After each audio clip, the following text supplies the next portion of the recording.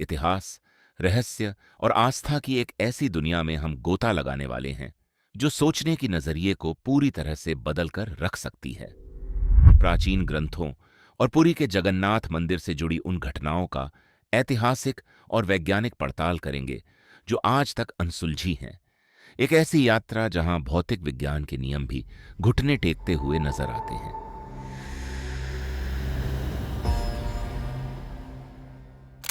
लगभग 500 साल पहले उड़ीसा के महान संत अच्युतानंद ने अपनी भविष्य मालिका में एक भविष्यवाणी दर्ज की थी।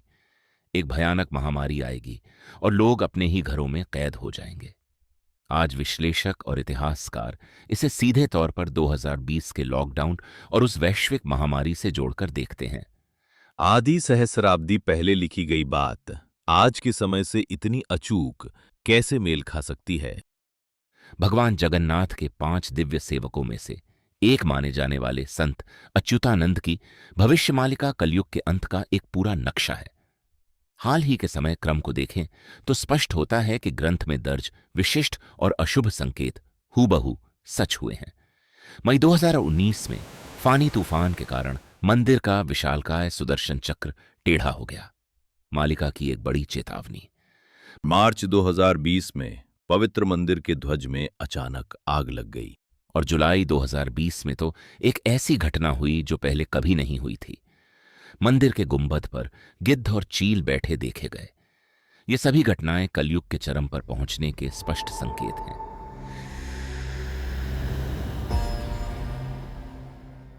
इस मंदिर की इतनी कड़ी सुरक्षा का मुख्य कारण ब्रह्म पदार्थ है। पुरी के जगन्नाथ मंदिर का सबसे बड़ा, सबसे गहरा और शायद सबसे खतरनाक रहस्य।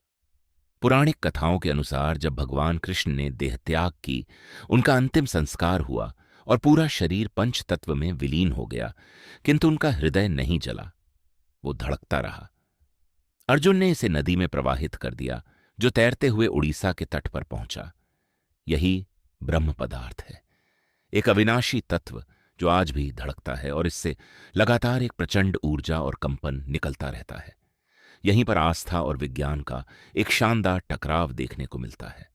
भक्तजन इसे एक जीवित दिव्य इकाई मानते हैं। उनका विश्वास है कि इसकी आध्यात्मिक ऊर्जा इतनी प्रबल है कि हर 12 साल में भगवान की लकड़ी की मूर्तियां क्षीण हो जाती हैं और उन्हें नवीकृत करना अनिवार्य हो जाता है। परंतु एक प्रसिद्ध पुरातत्वविद का एक बेहद दिलचस्प दृष्टिकोण मौजूद है। यह कोई साधारण हृदय नहीं, बल्कि एक आर्क रिएक्टर के समान कोई यंत्र हो सकता है जो अत्यधिक इलेक्ट्रोमैग्नेटिक ऊर्जा उत्पादित करता है।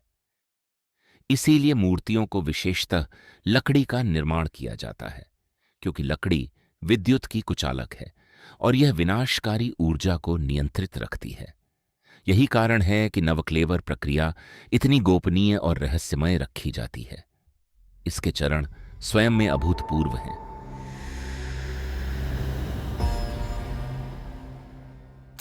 सर्वप्रथम पूरे नगर की विद्युत निरस्त कर घना अंधकार व्याप्त किया जाता है। जो मुख्य पुजारी इस ब्रह्म पदार्थ को एक मूर्ति से दूसरी में स्थानांतरित करते हैं, उनकी आंखों पर पट्टी बंधी होती है।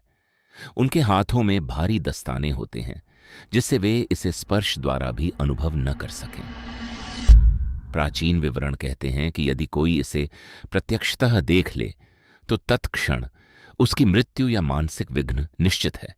जहां ऐसे अकल्पनीय रहस्य विद्यमान हो, वहां का इतिहास कभी शांत नहीं रह सकता।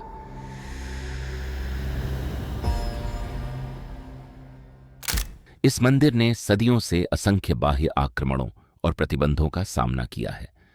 1558 में एक घटना हुई जो इतिहास में अविस्मरणीय है। अफगान जनरल कला पहाड़ के नेतृत्व में मुगल सेना मंदिर के गर्भगृह को विनष्ट करने का प्रयास कर रही थी, किंतु जैसे ही वे समीप पहुंचे, आकाश मेघाच्छन्न हो गया। अचानक मंदिर के भीतर से एक रहस्यमय, अत्यंत तीव्र प्रकाश निर्गत हुआ जो दृष्टि को ही आंध देने वाला था। इस भयावह दृश्य से संपूर्ण सेना आतंकित हो गई और एक भी प्रहार किए बिना पलायन कर गई। संघर्ष केवल शस्त्रों तक सीमित नहीं रहा। ब्रिटिश शासनकाल में एक गहन वैचारिक संघर्ष प्रारंभ हुआ।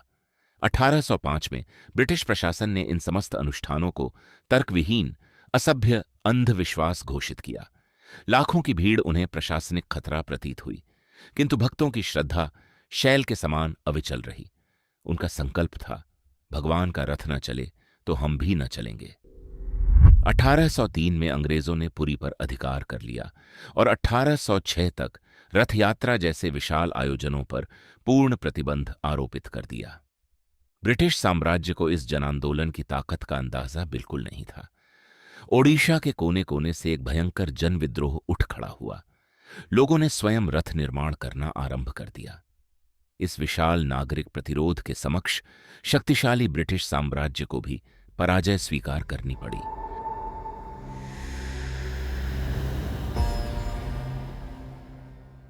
ऐतिहासिक संघर्षों से परे अब हम मंदिर के उस पहलू की ओर मुड़ते हैं जो आज भी वैज्ञानिकों और वास्तुकारों को स्तब्ध करता है। मुख्य द्वार पर 22 सीढ़ियां हैं, किंतु तीसरी सीढ़ी विशेषतः महत्वपूर्ण है। इसे यमशिला कहा जाता है। कथानुसार यमराज स्वयं यहीं निवास करते हैं। मान्यता है कि यदि अनजाने इस सीढ़ी पर पैर रख दिया जाए तो सर्वस्व पुण्य शून्य हो जाता है और आत्मा यमलोक की यात्रा के लिए आबद्ध होती है। मंदिर प्रवेश से पहले ही ऐसे गहन आध्यात्मिक नियम जुड़े हैं। अंदर जाकर तो भौतिक विज्ञान की परिभाषाएं ही चुनौती का सामना करती हैं। मंदिर के शिखर पर लगा ध्वज सदैव हवा के विपरीत दिशा में उड़ता है। गुंबद पर अंकित सुदर्शन चक्र नगर के किसी भी कोने से देखने पर सीधा आपकी ओर ताकता प्रतीत होता है। एक अद्भुत भ्रम। मंदिर की विशाल रसोई, जहां प्रतिदिन लाखों का भोजन प्रस्तुत होता है, न कभी अपर्याप्त होता है, न अतिरिक्त, और न कोई अशुद्धि आती है। इस रसोई का सर्वश्रेष्ठ रहस्य है 7 मिट्टी के बर्तनों की व्यवस्था। एक के ऊपर एक रखे जाते हैं, मात्र लकड़ी की आग से तप्त होते हैं। सामान्य विज्ञान तो कहता है कि निचला बर्तन पहले पकना चाहिए, किंतु यहां 7वां सर्वोच्च बर्तन ही प्रथम पकता है, फिर क्रमशः नीचे के। इस आश्चर्य का समाधान आज तक कोई दृढ़ता से नहीं कर पाया।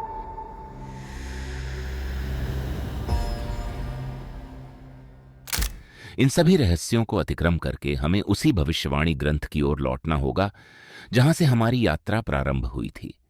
कलियुग के चरम और समाप्ति के लिए इस ग्रंथ ने भीषण चेतावनियां दी हैं। श्रोत कहता है, जब समय का चक्र अपने अंत तक पहुंचेगा, तीनों रथ यात्राएं एक साथ रुक जाएंगी, प्रकृति अपने नियम परिवर्तित कर लेगी और नदियां उलट दिशा में प्रवाहित होने लगेंगी।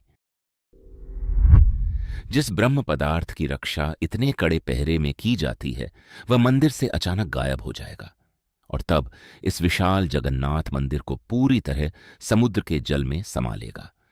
ग्रंथों के अनुसार यह वह क्षण होगा जब कलियुग समाप्त होगा और विष्णु के अंतिम अवतार कल्कि का आगमन होगा।